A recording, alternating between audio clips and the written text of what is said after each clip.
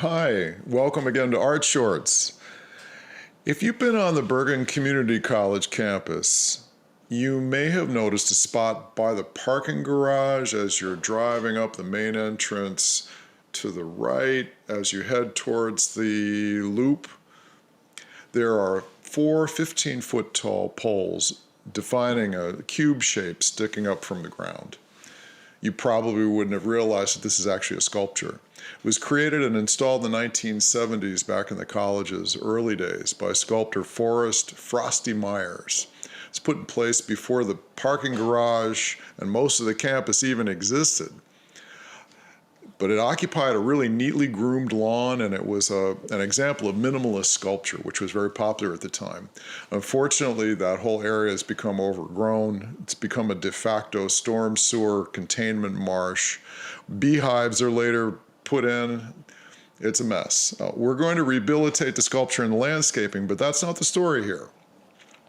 We're going to talk about the moon and the first moon art museum. That's right, Forrest Myers, the sculptor whose work is on BCC's campus, sent a miniature art museum to the moon. Myers was part of a vibrant art scene in downtown New York City during the 1960s and 70s. His minimalist sculptures were part of collections and museums around the world. Whitney, the Tate, others. He's most famous for a piece that still exists at 599 Broadway. It's called The Wall, or also called The Gateway to Soho. It's 8 stories tall, and it's affixed to the side of a building. He's a fixture on the art scene for decades, and his work, both sculpture and furniture, tends towards minimalism or pop. It almost always has a sense of humor. And it was this sense of humor and vision that in 1969 led him to conceive of creating an art museum on the moon. You see, 69 space was the place.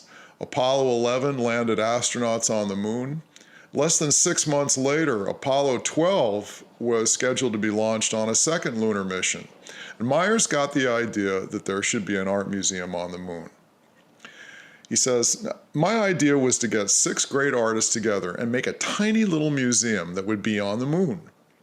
The artists came from his group of friends, and they included luminaries like Andy Warhol, Robert Rauschenberg, David Navras, Klaus Oldenburg, John Chamberlain, and it almost included Allen Ginsberg, but because he didn't read his mail for a couple of months, he never saw the invitation.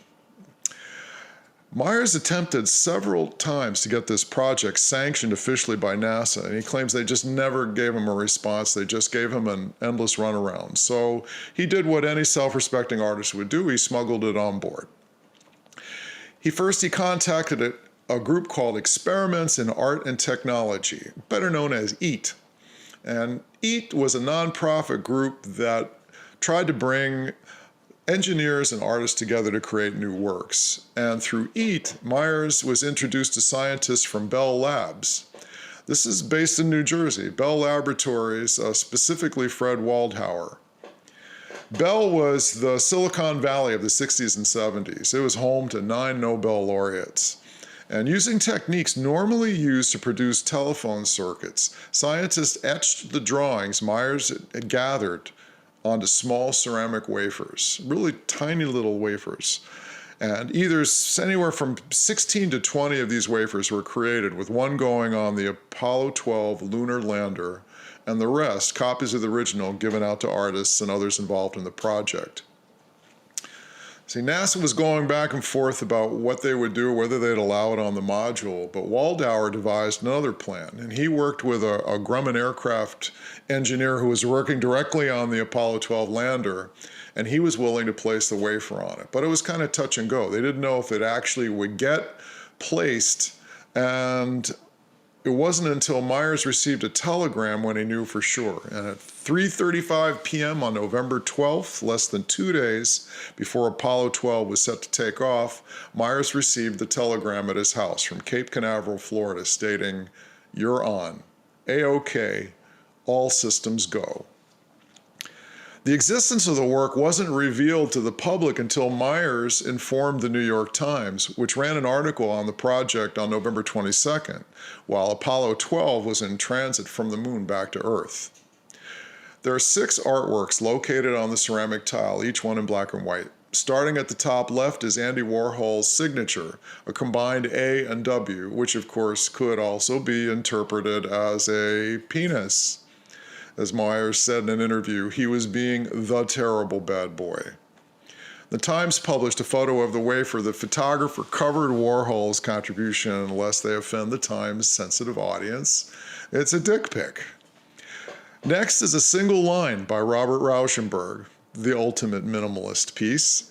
To its right is a black square with thin white lines intersecting, resembling a piece of circuitry by David Navras. Below it is John Chamberlain's contribution, a template pattern which resembles circuitry. In the lower middle is a geometric variation on Mickey Mouse by Klaus Oldenburg, and this was a very popular motif for this artist at that time. And Forrest Myers himself created the work in the lower left, a computer-generated drawing. So Myers helped curate and transport the very first art museum to the moon.